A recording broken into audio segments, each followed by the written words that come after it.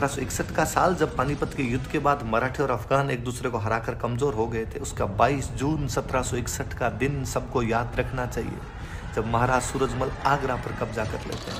योद्धाओं के साथ एक ज्यादती यह की है कि हमने केवल एक योद्धा बनाकर उनको छोड़ दिया है, जबकि उनका योगदान ये देखा जाना चाहिए कि नैतिक चरित्र से कितने मूल्यवान लोग थे। हमें उनके नैतिक चरित्र का अनुसरण किया जाना चाहिए। मराठे नहीं माने, करोड़ रुपए मांग रहे थे। सूरजमल जी ने मराठों को लेटर भेजा और लेटर भेज के साथ में 5 तोप की गोले और थोड़ा सा बारूद भेजा। उसका मतलब था कि या तो 40 लाख रुपए में मान जाइए, वरना कुम्हेर का किला तोपों के गोलों और बारूद के साथ तुम्हारा स्वागत करने के लिए तैयार है। हरियाणा तक पर कब्जा कर लिया था और एक पूरा ये बेल्ट जिसमें पश्चिमी उत्तर प्रदेश, भरतपुर और हरियाणा का क्षेत्र आता है, इसमें पूरे में उनका अधिकार हो गया था। हिंडन के किनारे वो अंतिम लड़ाई जब वो नजीम खान से लड़ने के लिए गए थे, घात लगाकर बैठे नजीब खान के सैनिकों ने अचानक आक्रमण करके उनको मार जरूर दिया होगा।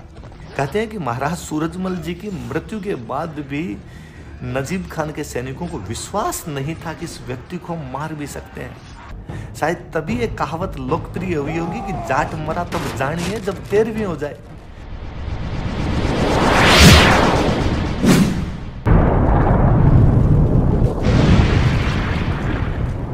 आज 25 दिसंबर के दिन भरतपुर महाराजा सूरजमल जी की पुण्यतिथि है। शब्द हम कितना अच्छा यूज करते हैं, पुण्यतिथि।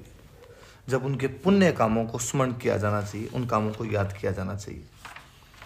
और मैं महाराज सूरजमल जी को याद करने से पहले कहानी को थोड़ा सा फ्लैशबैक में लेके जाता हूँ।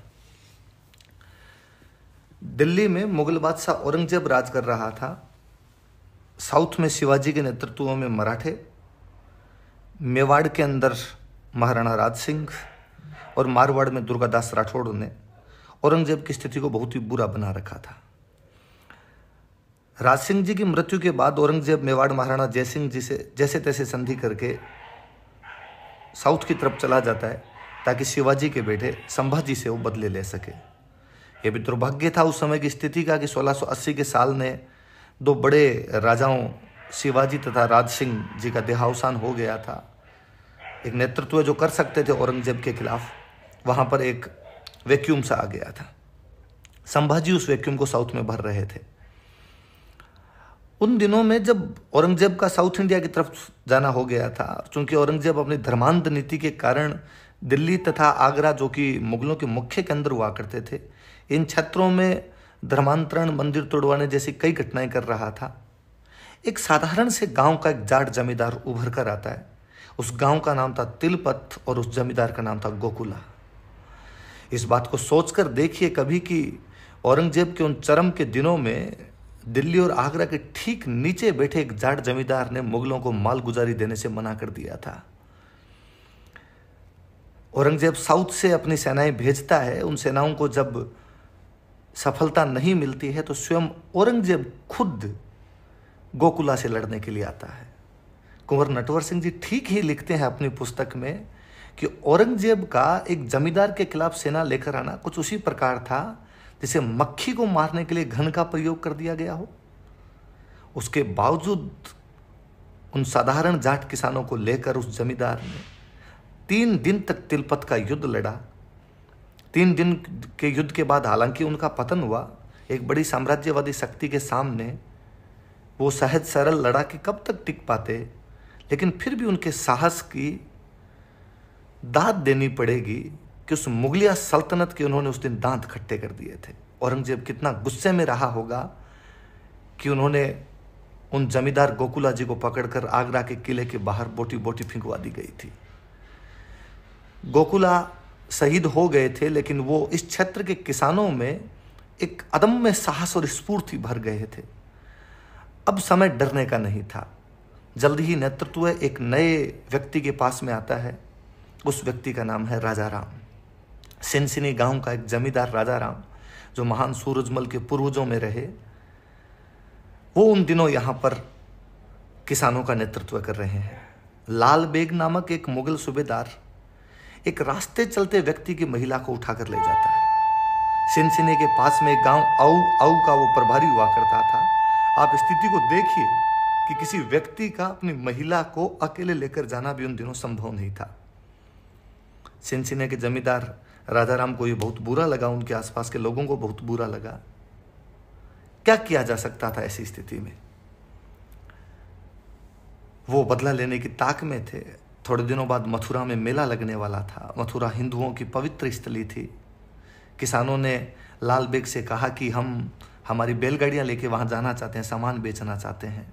लाल बेग ने उन्हें अनुमति प्रदान कर दी। राजाराम तथा उनके सैनिक उन बैलगाड़ियों के अंदर घास फूस के अंदर बैठकर पहुंचे। उस चौकी को पार करते उन्होंने वो तबाही मचाई, लाल बेग को मारा तथा उस महिला के सम्मान का बदला लिया गया जो लाल बेग द्वारा अपमानित की गई थी। अब राजाराम गोकुला जी की हत्या के बदला लेना चाहते थे। क्या किया जा सकता था ऐसी स्थिति में? आप सोचिए, पुनः इस बात को गौरवान्वित करने वाले पल हैं।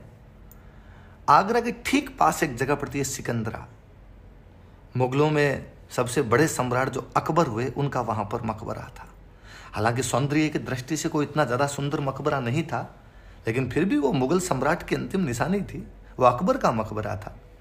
राजाराम अपने सैनिकों के साथ अकबर के उस पूरे मकबरे को लूट देता है। उस अकबर के पूरे मकबरे की ईंटें ईंटें बिखेर दी जाती है। औरंगजेब को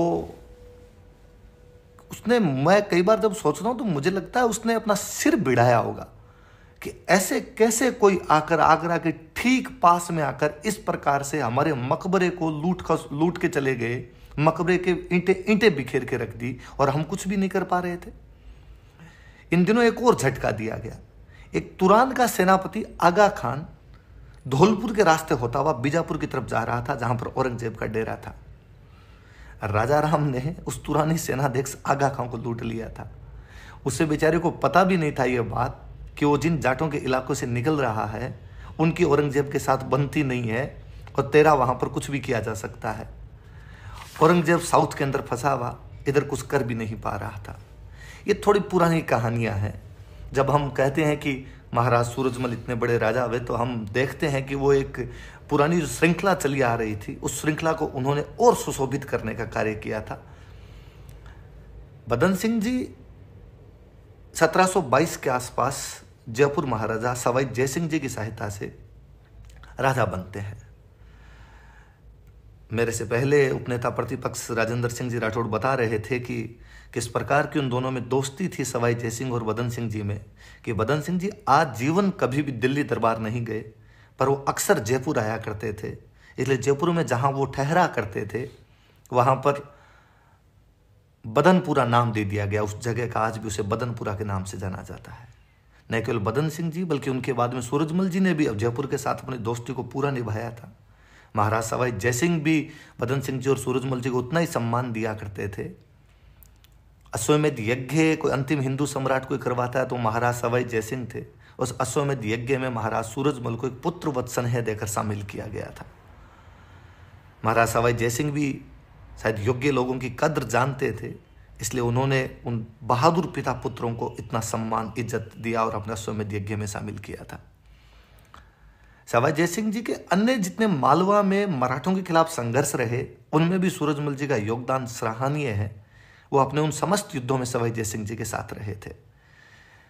राजकुमार की अवस्था में सूरजमल जी के लिए सवाई जयसिंह जैसे एक मेंटर का होना वाकई बहुत अच्छा रहा होगा, जो आगे के उनके जीवन में और काम आया होगा। मैं जब सवाई जयसिंह और बदन सिंह की ये दोस्ती देखता हूँ, मेरे से पहले राजेंद्र जी बोल रहे थे, तो मुझे पुनः याद आता है कि भरतपुर में भाजपा के एक बड़े जाट नेता हुए थे दिगंबर सिंह जी। उनको और मैं राजेंद्र सिंह जी के जब दोस्ती देखा करता था तो मुझे लगता था कि वास्तव में आज जो हमने राजनीतिक क्षेत्र में जो वैमनस्य फैला रखा है, उनके उदाहरण, ऐसे लोगों के उदाहरण यदि दिए जाएं तो उस वैमनस्य को और कम किया जा सकता है। महाराज सूरजमल जी शुरुआत में अपने जो राज्य के अंदर प्रतिद्वंद्विता थी उनको भी समाप्त करना जरूरी था। सोघरिया जाट हुआ करते थे इस क्षेत्र में। खेमकरण सिंह सोघरिया बड़े चौधरी थे। बदन सिंह जी की मम्मी जो थे वो खुद सोघरिया थे, पर बदन सिंह जी जानते थे कि एक म्यान में दो तलवारें नहीं रह सकती, इसलिए उनको नियंत्रण में लाने के लिए सूरजमल जी को भेजा गया। सूरजमल जी ने ना केवल सोघरिया जाटों को हराकर उन्हें अपने नियंत्रण में लिया था, बल्कि अपना दोस्त और बना लिया था। ये किसी कुशल राजनीतिज्ञ और कूटनीतिज्ञ की पहचान है कि वो अपने पराजित दुश्मन के साथ बुरा व्यवहार नहीं करता है, बल्कि उसे अपना बना लेता है। कालांतर में सवाई जयसिंह की मृत्यु के बाद जब उनके पुत्रों ईश्वरी सिंह और माधो सिंह में उत्तराधिकार का संघर्ष होता है, लगभग तमाम शक्तियां जब मराठे, कोटा, बूंदी माधो सिंह के पक्ष में थे, उन दिनों भी महाराज सूरजमल ने सवाई जयसिंह जी के साथ अपनी दोस्ती को पूरा निभाया था और ईश्वरी सिंह को साथ दिया था। उन युद्धों में एक बार तो जब ईश्वरी सिंह की सेना बहुत कम और माधो सिंह की सेना बड़ी थी, फिर भी ईश्वरी सिंह युद्ध जीते थे। उसमें सूरजमल जी का योगदान वाकई अतुलनीय है। उनका अगर भाग में आकर लड़ना और मराठों की और माधो सिंह की सम्मिलित सेना को पीछे हटा देना उस युद्ध को और रोमांचित बना देता है। ये मुगलिया सल्तनत के ढहते हुए दिन थे। अहमद शाह नाम का एक ढुलमुल सा मुगल सूबेदार मुगल बादशाह बनकर बैठा हुआ था, मुगल बादशाह बना हुआ था। अहमद शाह तो क्या ही राज कर रहा होगा। उसकी राजमाता उधमबाई जो कि पहले एक नर्तकी हुआ करती थी और उसका एक खासम खास जावेद खान उन दिनों शासन संभाल रहे थे। उनका मीर बख्शी था सलावत जंग।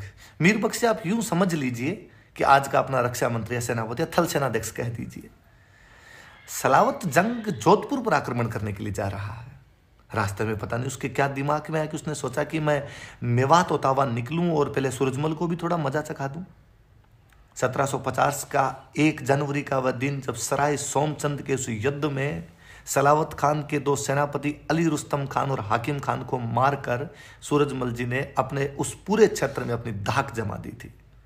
मैं पुनः सूरजमल जी की उस बात पर आऊंगा कि सलावत जंग को हराने के बाद उन्होंने वापस सलावत जंग के साथ संधि की। आप संधि की शर्तें सुनना। सूरजमल जी उन संधि की शर्तों में उसे कहते हैं कि इस क्षेत्र में पीपल के पेड़ नहीं काटे जाएंगे, इस क्षेत्र के किसी भी मंदिर को नहीं तोड़ा जाएगा।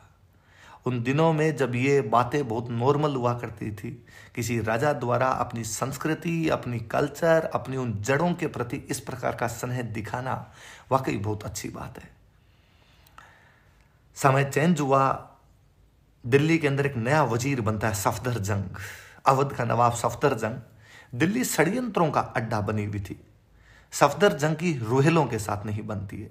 वो सफदरजंग जो कभी सूरजमल जी को हराने के लिए भरतपुर की तरफ आ रहा था, कालांतर में उन्हीं सूरजमल जी से सहायता मांगता है। और सूरजमल जी की इस दोस्ती को भी याद रखा जाना चाहिए कि उन्होंने अंतिम समय तक, जब सफदरजंग के खिलाफ मुगल और मराठे दोनों हो गए थे, फिर भी उसका साथ नहीं छोड़ा। हो तो यह भी सकता था कि मुगल और मराठे एक हो गए। उस स्थिति में सूरजमल जी को लगता है कि जब तमाम शक्तियां उस तरफ है, मुझे भी हो जाना चाहिए। पर समय के भावा के बहाव को ना देखकर उन्होंने अपनी दोस्ती निभाई। सफदरजंग का अंतिम समय तक उन्होंने साथ दिया था। 13 सितंबर 1750 को उस युद्ध में रुहेलों के सरदार रुस्तम खान अफरीदी को सूरजमल जी सफदरजंग की तरफ से लड़ते हुए हराते हैं। सफदरजंग क्या राजी होता है तथा मुगल सम्राट के साथ जब सफदरजंग की पुनः बनने लग गई तो वह कहता है कि बदन सिंह जी को महेंद्र और सूरजमल जी को राजेंद्र की उपाधि दी जाए और उन्हें मथुरा का फौजदार बना दिया जाए। मुगल सम्राट चूंकि ढुलमुल आदमी था, सफदरजंग की तमाम बातें जानता था, वो सूरजमल जी को मथुरा का फौजदार बना देता है। हिंदुओं की पवित्र नगरी उस हिंदू के संरक्षण में आकर अपने आप को और गौरवान्वित महसूस कर रही होगी उस दिन। लेकिन मराठे इस बात से बड़े परेशान हुए। मराठों को लगा कि सूरजमल ने खूब सारा धन इकट्ठा कर लिया है। राजस्थान के इतिहास के संदर्भ में मराठे कभी भी अच्छे नहीं बताए जाएंगे। जो लूटपाट के सिलसिले उन्होंने प्रारंभ किए थे, कालांतर में उन्होंने राजस्थान को अंग्रेजों की तरफ जाने के लिए विवश कर दिया था। एक बार फिर मराठे 1754 में कुम्हेर के अंदर भरतपुर को लूटने के लिए आ रहे थे। मराठों का एक दल दिल्ली अहमद शाह की सहायता के लिए जा रहा था, दूसरा खांडेराव के नेतृत्व में कुम्हेर भेज दिया गया। महाराज सूरजमल कुम्हेर के अंदर सैदल बल वहां पर बैठे हुए थे। खांडेराव जो कि मल्हारराव होलकर के पुत्र रहे हैं, उनकी मृत्यु इसी युद्ध में होती है जब एक दिन खंदकों का निरीक्षण करते समय कुम्हेर के किले से चली हुई एक तोप के गोले से वो शहीद हो जाते हैं। मल्हारराव होलकर बड़ा दुखी अवस्था के अंदर कहता है कि मैं इस जाट राज्य को समाप्त कर दूंगा। हालांकि उसका ये कथन ही रहा तथा वह ऐसा नहीं कर पाया था।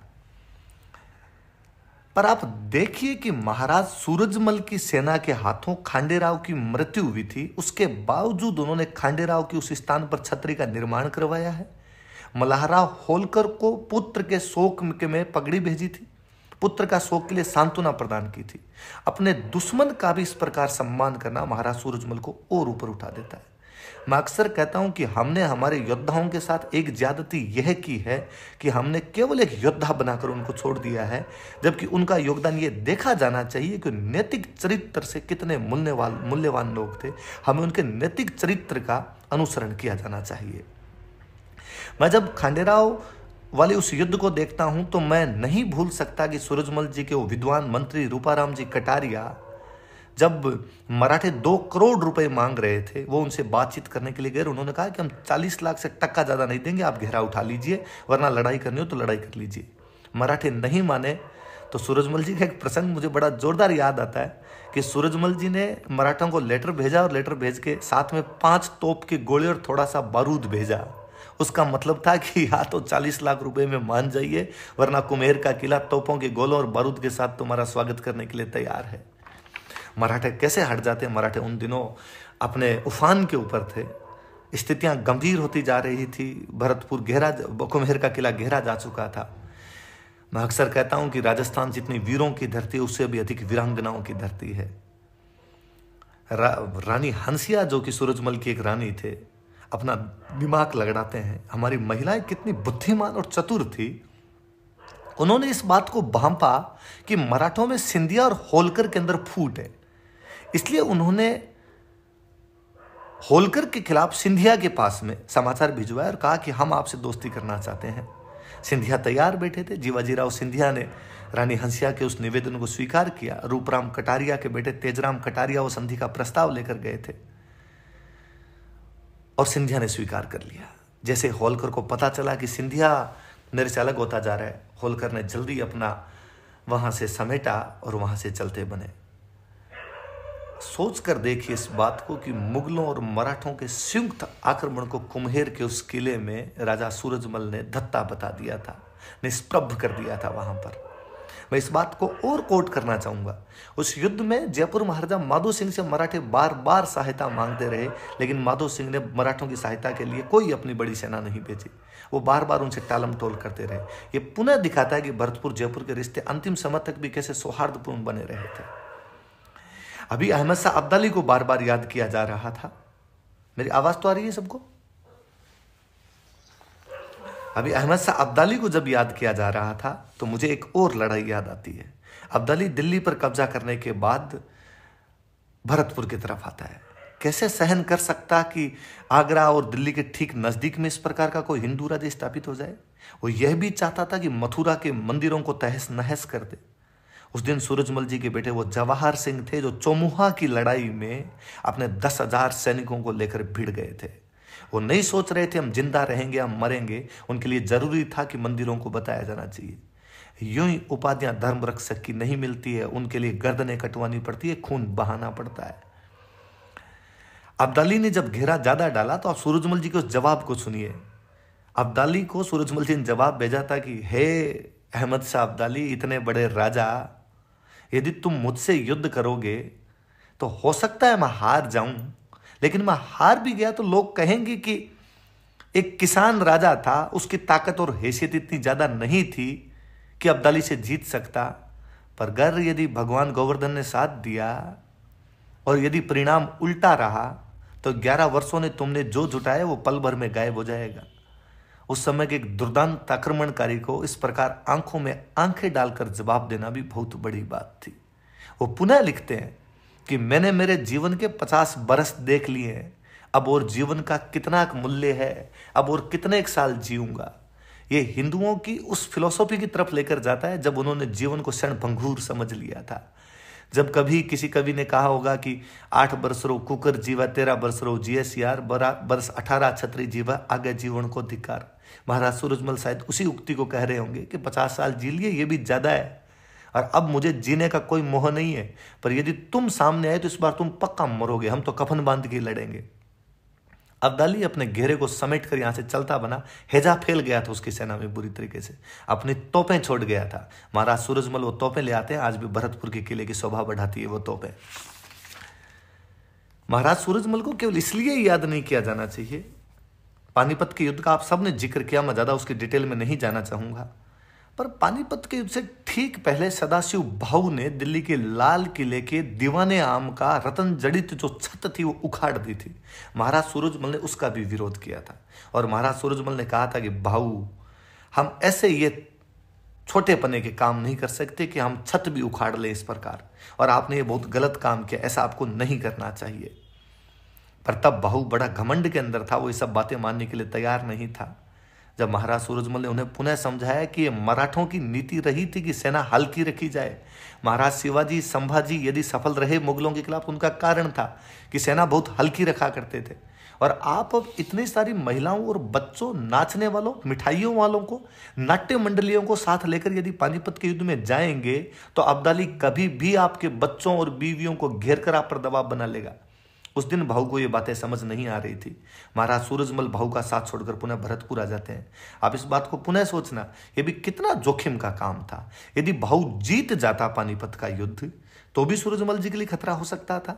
यदि भाऊ हार जाता तो अब्दाली तो खतरा बना हुआ ही था। लेकिन उस समय भी उन्होंने अपने विवेक का इस्तेमाल कर, उनको लगा कि नहीं, अब गलत का साथ तो नहीं दिया जा सकता। भविष्य का किसी ने नहीं सोचा, आगे जो होगा वो देखा जाएगा। गलत का विरोध किया उन्होंने, वहां से आ गए थे।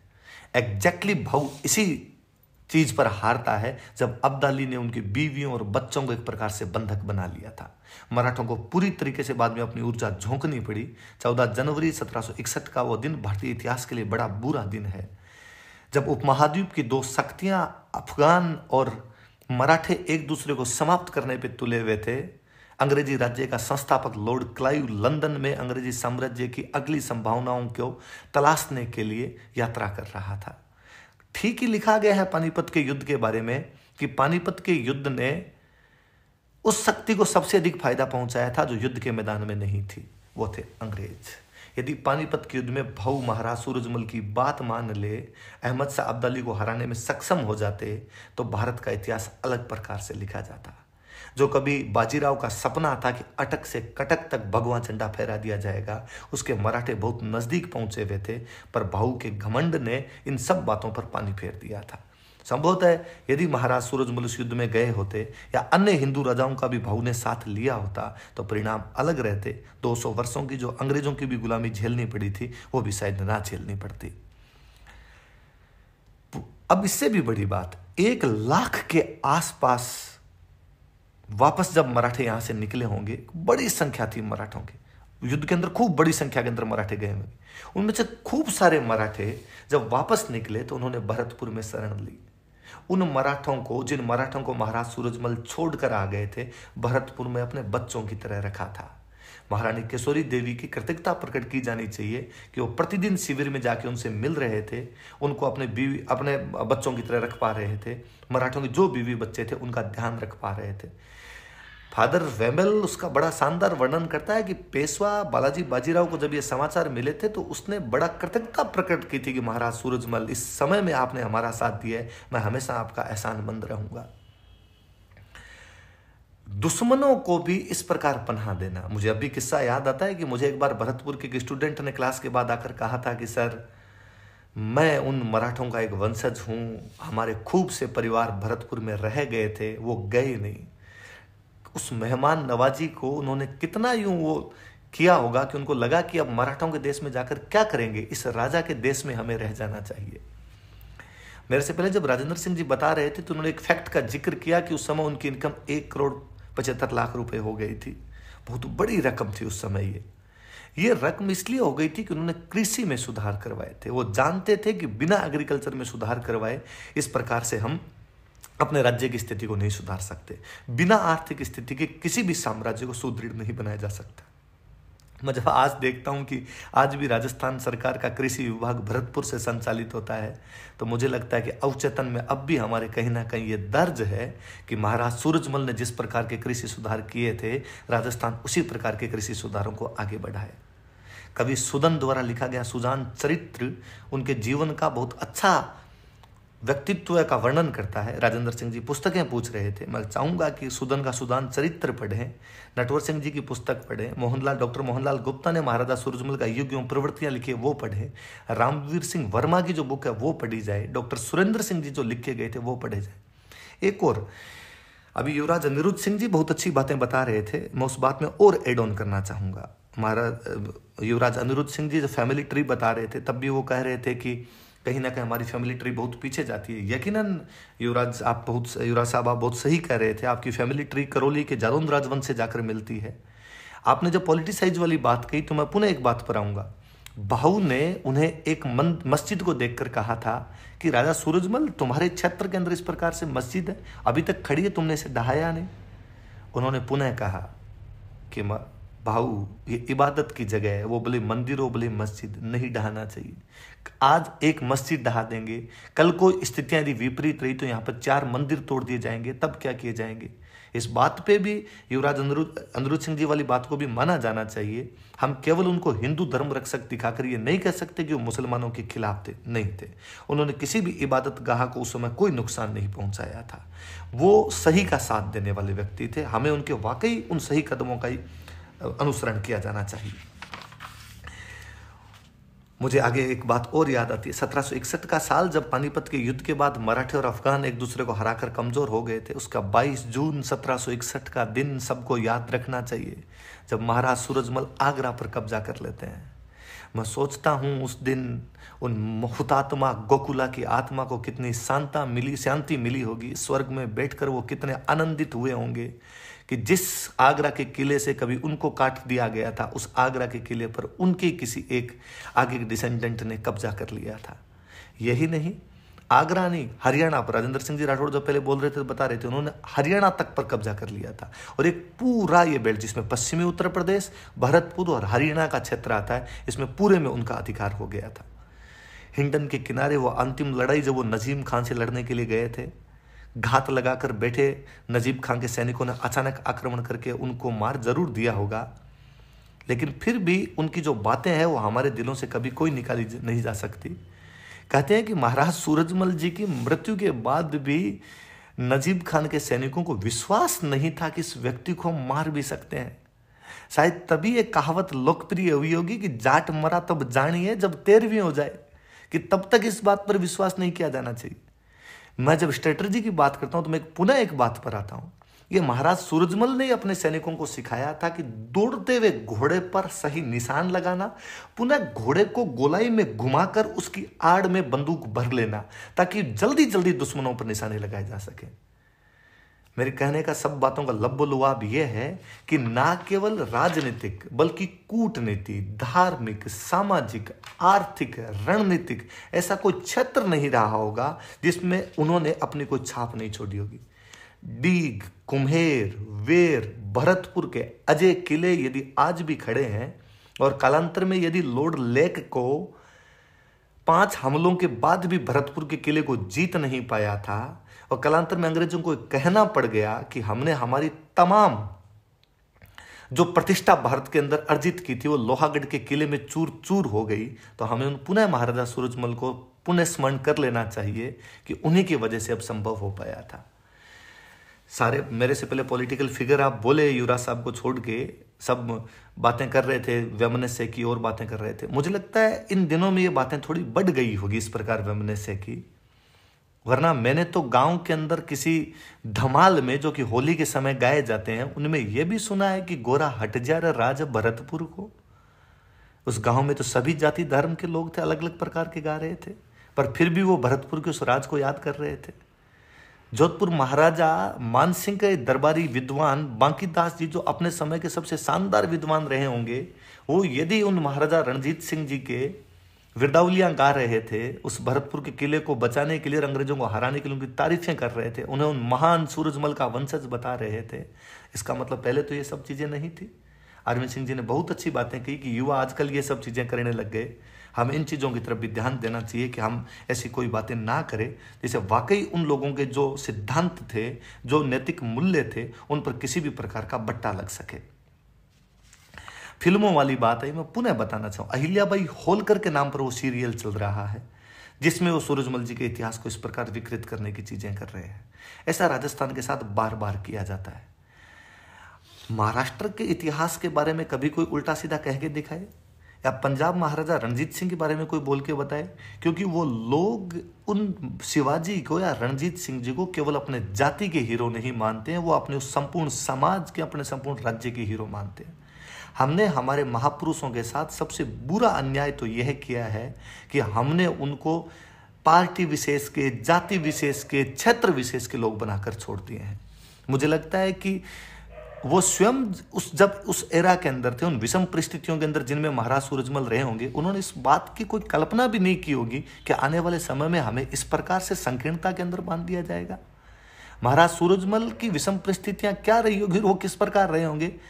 मैं हमेशा अक्सर क्लास में उदाहरण दिया करता हूं, तो मैं कहता हूं कि जैसे दांतों के बीच में रहती है जीभ, कि वो दांतों के बीच में भी नहीं आती कभी और उनके बीच में सुरक्षित रहती है, उसी प्रकार महाराज सूरजमल के चारों तरफ नुकीले दांतों वाले वो लोग थे, पर उसके बावजूद उन्होंने अपना सर्वाइव ही नहीं किया, बल्कि उनको हमेशा प्रत्युत्तर दिए, उन्हीं की भाषा में प्रत्युत्तर दिए और अपने राज्य की सीमाओं को और विस्तृत किया था। कहने के लिए रातें लंबी पड़ जाए सूरजमल जी के बारे में, खूब सारी बातें हैं। मैं चाहूँगा कि मैं विराम दूं ताकि और जो वक्ता है वो भी इस बारे में बोल पाए, ताकि हम उनकी बातें भी सुन पाए। धन्यवाद, आपने मुझे बोलने का समय दिया। Thank you.